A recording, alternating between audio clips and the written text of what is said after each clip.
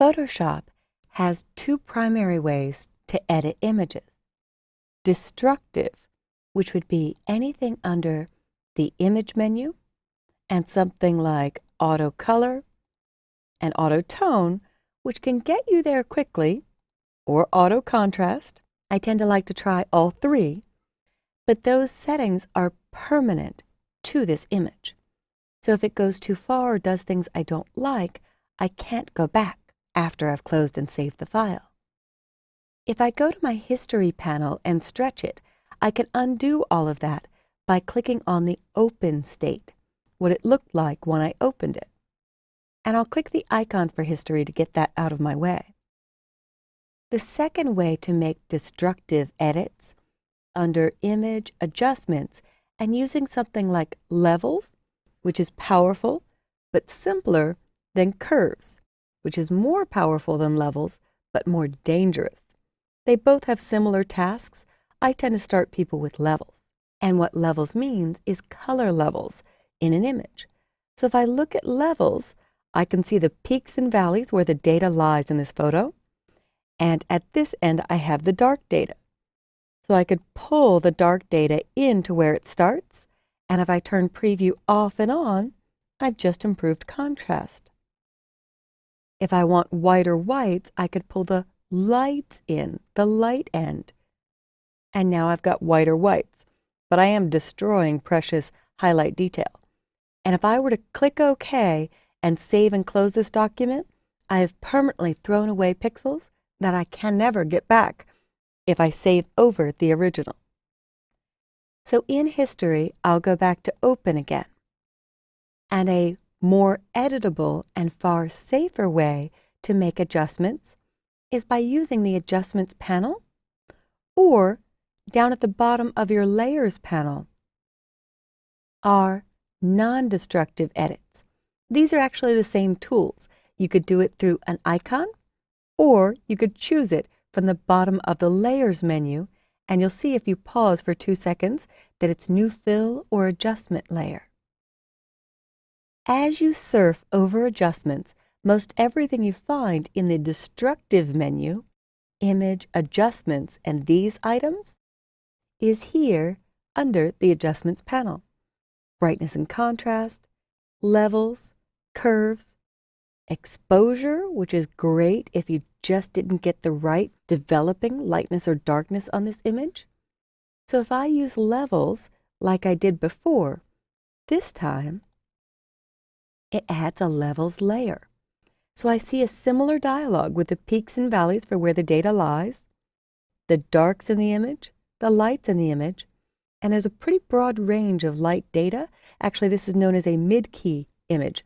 It has shadow detail, mid-tone, everything between light and dark detail, and highlight detail.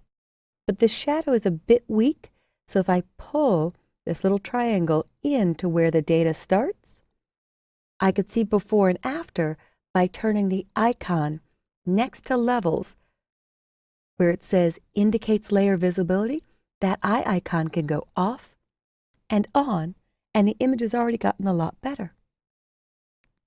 The benefit to non-destructive editing, or editing with layers, is it's like a clear piece of acetate over top of the image, which makes a correction or makes a global change, but it can be turned on and off. And if I come back later today or tomorrow or next week or next month, it's always editable. No pixels are harmed in the making of this correction. The original locked background layer stays intact. So when I save this file, it's going to force me to do File, Save As. Even though I chose Save, a JPEG, the compressed format, cannot contain layers. So I will save this as Hydrant End, and it forces a Photoshop document, a PSD. And the format is Photoshop. So I will click Save, and I always leave Maximize Compatibility on. If someone wants to open this with an older version of Photoshop, they will be able to with this on. So when I click OK, I could do further non-destructive edits. I could make the overall midtones, everything between light and dark, darker or lighter, I like a little darker on this image. And I could do more things. I could boost individual colors or vibrance. So back in the adjustments panel, I can look for vibrance, which has been there for a few versions, and I just love it for pops of color. So in vibrance, it's a lot safer than saturation.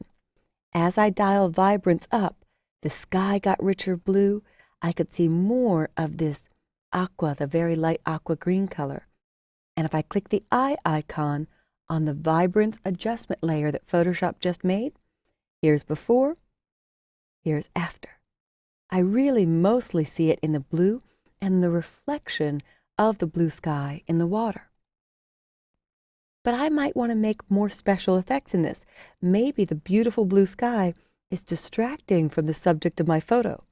So I could make more muted colors by painting away parts of the vibrance so it only applies to the hydrant. And I'm not going to go that deep in this video. The goal was to expose you to edits that are editable after you close the file and safe because they never destroy any pixels or trash any data. They're all on top of your background layer. So this has been a tour of using adjustment layers instead of image adjustments or items under the image menu to make color corrections that let you go back and change your mind later and don't harm your original shot.